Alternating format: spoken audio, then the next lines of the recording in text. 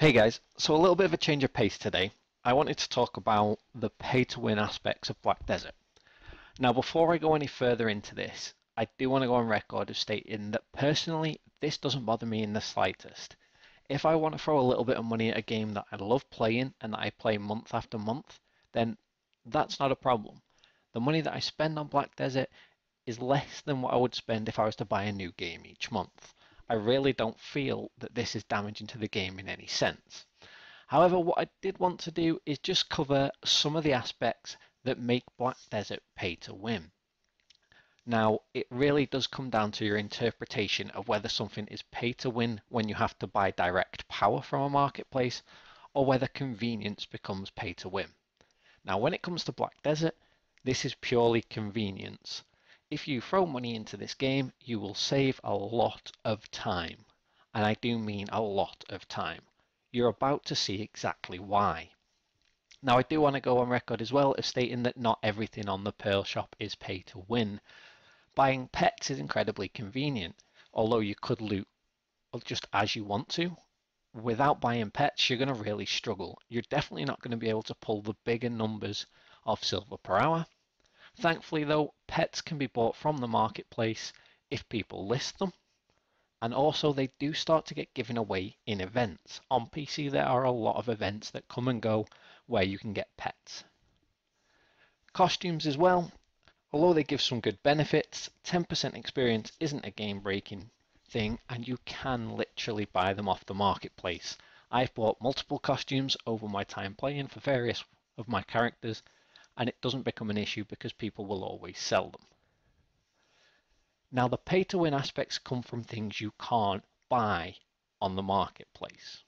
So let's break this down first of all to people that buy costumes and sell them for silver. So to work this out, we're going to go off the basis of buying 1,000 pearls at a time in the UK is going to set you back £7.59. Now, you can only buy 5 costumes a week because you can only list 5 costumes a week. You can't list any more than that, so you're limited. Now, if you were to list a costume on the marketplace, providing you have the value pack, after tax, if you were to sell it for the max price currently available, you're going to walk away with 25,265,500 silver. Not bad. However, realistically, that's not great. Now, each costume sets you back 2,900 pearls, so to fully max out and sell 5 costumes in a week, you're going to have to buy 14,500 pearls. In the UK, that's going to set you back £113.85. That's a substantial amount of money. That's the equivalent of buying 2 full-price games roughly each week. Or in my case, that's my food budget for roughly 2 weeks. That's a huge amount of money. Now, the kicker on this is the silver that you get back, I can grind in 1.8 hours per night, 7 nights of a week. If that's all the time I invest, roughly 2 hours a night, I will make that money. For me personally, that is not worth £113.85. Realistically, in this game, that's not even going to buy you a Zarka weapon. That's going to get you less than halfway towards a Zarka. So when it comes to pay to win, buying costumes, selling them on the marketplace, that's definitely not the way to go. So let's go to the next section. So the next thing that we're looking at here is the fact that you can buy costumes and you can melt them into cronstones. So if you're not familiar with cronstones, they give you protected chances at enhancing an item. So 1 cronstone can be bought from the vendor in-game for 1 million silver. It's bought from the blacksmith and you need multiples. But what we're going to be looking at is the Zarka weapon as an example. Going from duo to try will take 69 cronstones. So for each full costume you melt down, that's going to get you 1 attempt at try. So for those 5 costumes in a week, you'll get 465 cronstones. This is going to give you 6 attempts at a try Zarka. It's really not a huge amount of attempts. But in terms of the silver value, that's 465 million. That's 4 times what you're getting if you just sell the costume on the marketplace. So in terms of getting the most out of your costumes or the most out of your budget for what you can buy, Cronstones is clearly a winner. And the reason for this is the fact that you can melt down multiple costumes. So although you can only list 5 on the marketplace, to my knowledge, you can buy an endless amount. You can continue to throw pearls at this game, continue to buy costumes, buy these Cronstones or melt the costumes for these Cronstones, and keep having protected enhancement chances. The kicker here though is the RNG. You're essentially throwing money away at a chance to not fail an upgrade. All you're doing is stopping yourself from going through the RNG process of downgrade and upgrade. You're not actually gaining any strength here, you're just helping your chances of succeeding with RNG. This would be great if it meant that accessories never blew up. However, even using Cronstones, there is a chance for accessories to blow up. And when you go to the higher levels of accessories, so going from Tri to Tet or Tet to Pen, the cost of using Cronstones is so extortionately high that it deters you from using them anyway. Unless you're somebody that has a really fat wallet, using costumes for Cronstones, it's probably not going to be beneficial in the long run. And it's definitely not going to give you any sort of real power gain in the game. So the last one we're going to look at, and this is the one that really gets everybody. This is the pay to win aspect for a lot of people, and it's Artisans Memory. Now, Artisans Memory are a really convenient item. I use them. Pretty much everybody I know uses them, because in the grand scheme of things, they are relatively cheap to buy in small amounts, and they help tremendously. So for those of you that aren't familiar with Artisans, they essentially allow you to repair 4 times the durability whenever you're repairing. So for example, if you were to use it on a Grunel piece of armor, instead of getting 10 durability per piece of armor you sacrifice, you would get 40.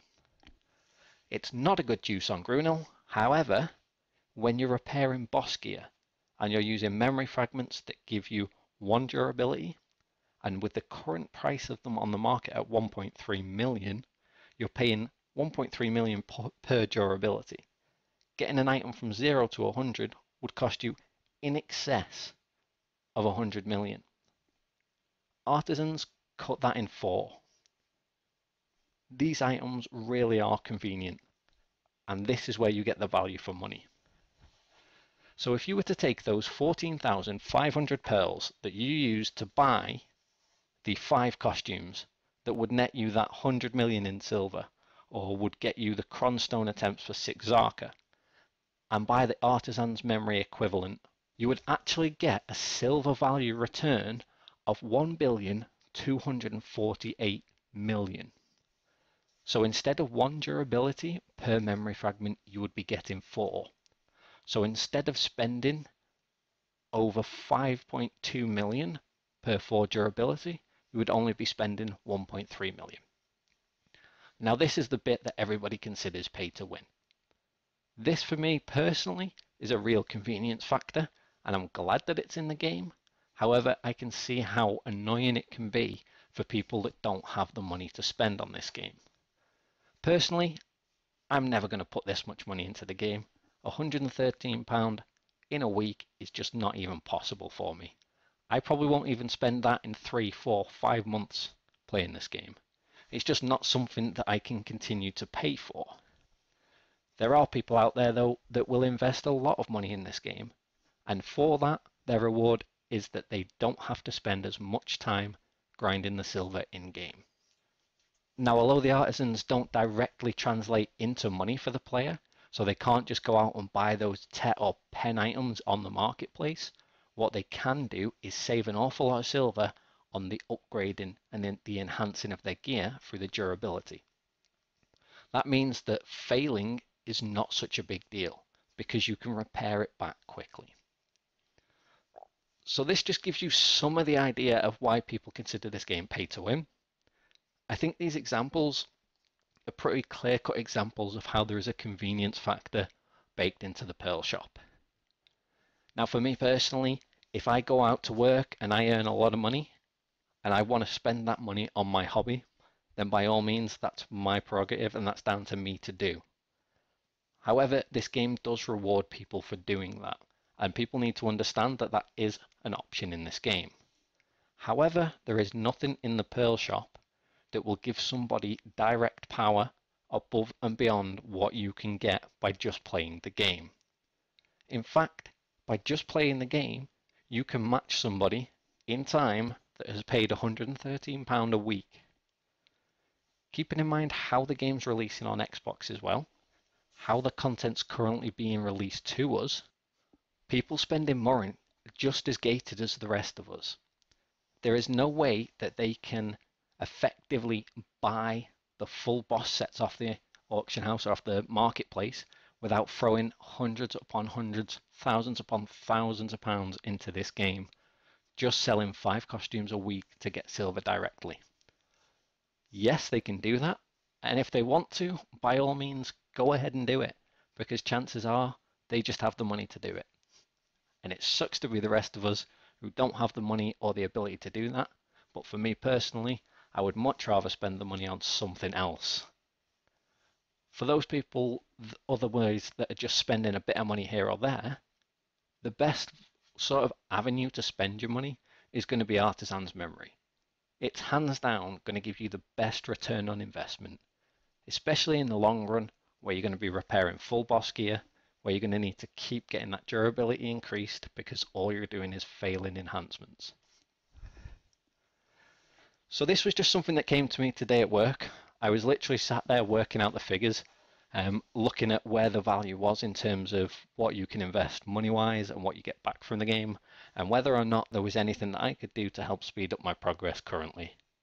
Quite frankly, short of using Artisans when I feel the need to, there really wasn't anything that I felt worthwhile, and I don't feel that there is anybody that has a huge advantage currently in the game because they're investing money.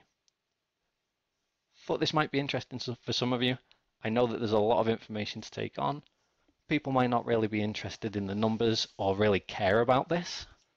And some people are going to go out of their way to defend how pay to win this game is and how not pay to win this game is. There are always going to be people that argue these points across. Hopefully, though, you did find it interesting. It was interesting for me to work the numbers and have a look at it. And I thought that this would be a good interim video that covers the gaps in some of my content at the moment. As always, guys, feel free to leave any comments in the comment section. If you are new to the channel, hit that subscribe button, give the video a thumbs up, and I'll be coming out with some more sort content over the back end of this week.